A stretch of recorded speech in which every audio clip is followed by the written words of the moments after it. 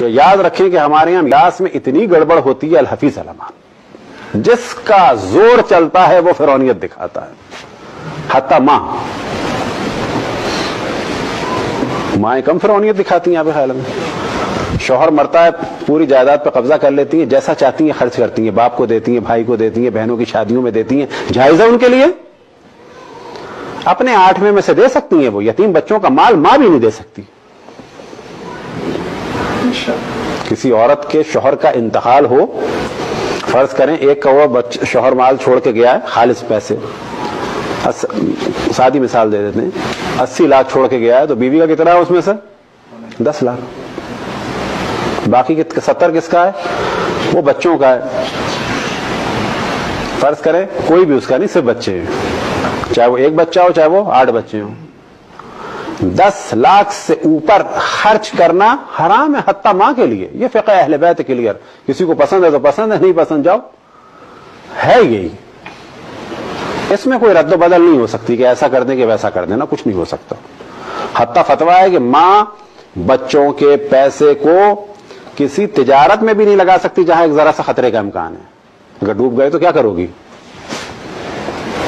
نہیں لگا سکتی، صرف ایسی جگہ جہاں پہ خطرہ نہ ہو۔ تو بعض دفعہ ماں کرتی ہے، بعض دفعہ کیا کرتا ہے؟ دادا کر لیتا ہے۔ کہاں پر؟ جوان بیٹا مرا، سب کچھ ہاتھ میں آ گیا، نہ بہو کو پتا نہ پوتا پوتی کو پتا، وہ اپنے مست ہیں، میرے بیٹے کا پیسہ ہے، تمہارے بیٹے کا پیسہ ہے، تمہارا پیسہ تو نہیں ہے، تمہیں اجازت ہے اس میں سے چھٹے حصے پر حکمرانی کی، وہ تمہارا ہے، باقی کس کا ہے؟ باقی اس کی بیوی کا ہے، تمہاری بیوی کا ہے اگر وہ ہے کوئی، کیونکہ بیٹا تمہارا تو نہیں مرا خالی، تمہاری بیوی کا بھی بیٹا تمہارا ہے، ان بچوں کا بھی ہے۔ پتہ چلا جی وہ 70 سال کا دادا جو ہے وہ جہنم خرید رہا ہے۔ بعض دفعہ یہ کام کون کرتے ہیں؟ بیٹے کرتے ہیں۔ باپ مرا، سب پہ قبضہ کر لیا، ماں کو فقیر کر دیا، عام ہمارے کلچر کا حصہ ہے۔ یعنی کسی کا باپ اگر 8 کروڑ چھوڑ کے گیا ہے تو وہ سب بیٹوں کا ہو گیا نا، 1 کروڑ اس کی ماں کا ہے۔ اماں 90 سال کی، اماں 90 سال کی ہو یا 99 سال کی ہو، تمہارا کیا کام؟ یہ اس کا ہے 1 کروڑ۔ کیا کرے گی وہ؟ پان کھائے گی، کیا کرے گی؟ تمہارا سے کیا تعلق؟ تم کیا کرو گے؟ تم زیادہ کو سمجھا سکتے ہو، 1 کروڑ اس کا ہے، وہ بیٹے قبضہ کر لیتے ہیں، بیٹے قبضہ کر لیتے ہیں۔ اور جو سب سے زیادہ کام ہو رہا ہے وہ کیا ہو رہا ہے؟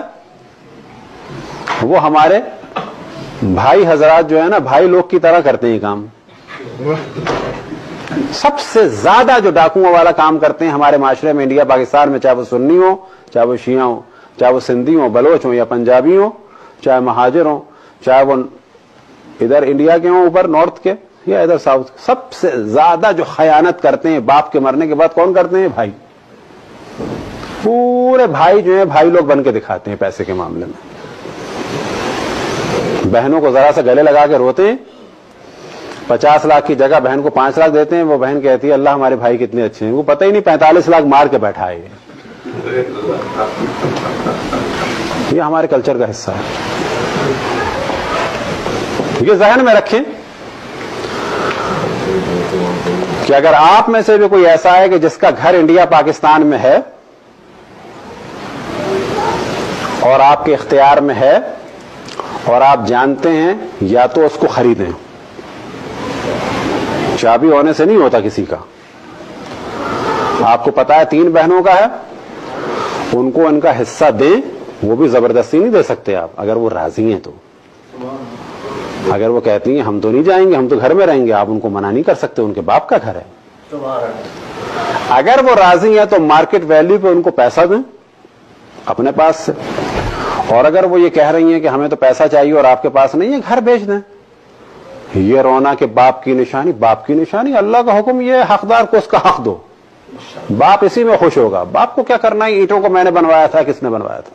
یہ دروازے میں نے بڑھئی کے بنوائے تھے، تو بس یہ دروازے گھر جو ہے خالی پڑا رہے اور میری بیٹیاں جو ہیں وہ پریشان رہیں۔ فرض کریں آپ میں سے کوئی جانتا ہے گھر بکے گا تو بہن کی بیٹی کی شادی آرام سے ہوگی، اس کو پیسے دیں، یہ جو بہن پریشان ہے، باپ خوش نہیں ہے قطعاً اس سے، باپ خوش ہو یا نہ ہو اللہ خوش نہیں ہے.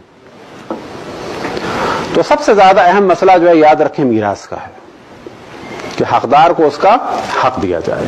اور ہمارے معاشرے میں بہنوں کا حق تو ایسے کھاتے ہیں جیسے کوئی مسئلہ ہی نہیں ہے. تو بعض دفعہ ہماری مجالس سے جو سب سے زیادہ نقصان ہوتا تھا کس کو ہوتا تھا، صدمہ ہوتا تھا؟ وہ بھائیوں کو اور ان کی ازواج مطہرات کو، کہ مولوی آ کے 400 گز کی کوٹھی کو جو ہمارے ہاتھ سے نکلوا دے گا. یہ کس نے کہا کہ باپ کے مرنے کے بعد پراپرٹی بیٹوں کی ہوتی ہے؟ کس نے کہا؟ ہم لوگ ہندو ہیں، برہمن ہیں، رجواڑا سسٹم ہے ہمارا، کیا ہے بالآخر؟ یہ کہاں سے غلط نظریہ آیا ہے کہ باپ کے مرنے کے بعد گھر کس کا ہوتا ہے؟ بیٹوں کا. کس نے کہا؟ یہ قرآن نے کہا ہے. باپ کے مرنے کے بعد چاہے بزنس ہو چاہے گھر ہو، کس کا ہوتا ہے؟ باپ کے وارثوں کا.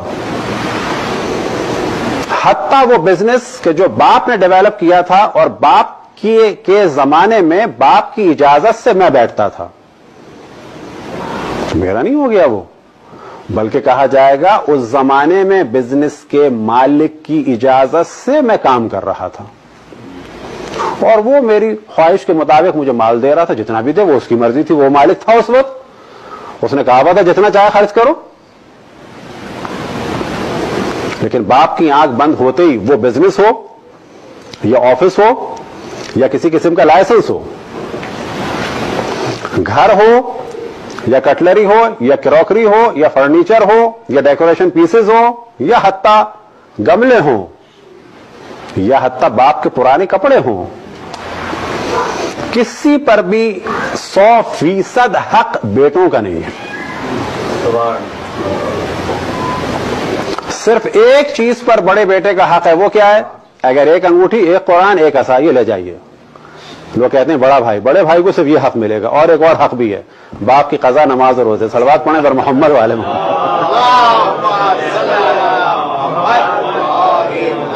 یہ ہے بڑے ہونے کی فضیلت، باپ کی قضا، نماز اور روزے. اس سے بڑھ کے ہے کوئی فضیلت؟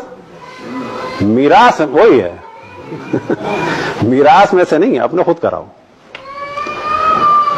تو یہ جو نظریات ہیں یاد رکھیں بالکل اہل بیت سے ٹکرا رہے ہیں، اور یہ بیان کرنا ہم پر ضروری تھا، ضروری ہے. اور اللہ کا شکر ہے کہ کراچی میں اس کو ہم نے اتنا بیان کیا، کوئی نہیں کہہ سکتا کہ اب اس کو میراث کے بارے میں نہیں پتا.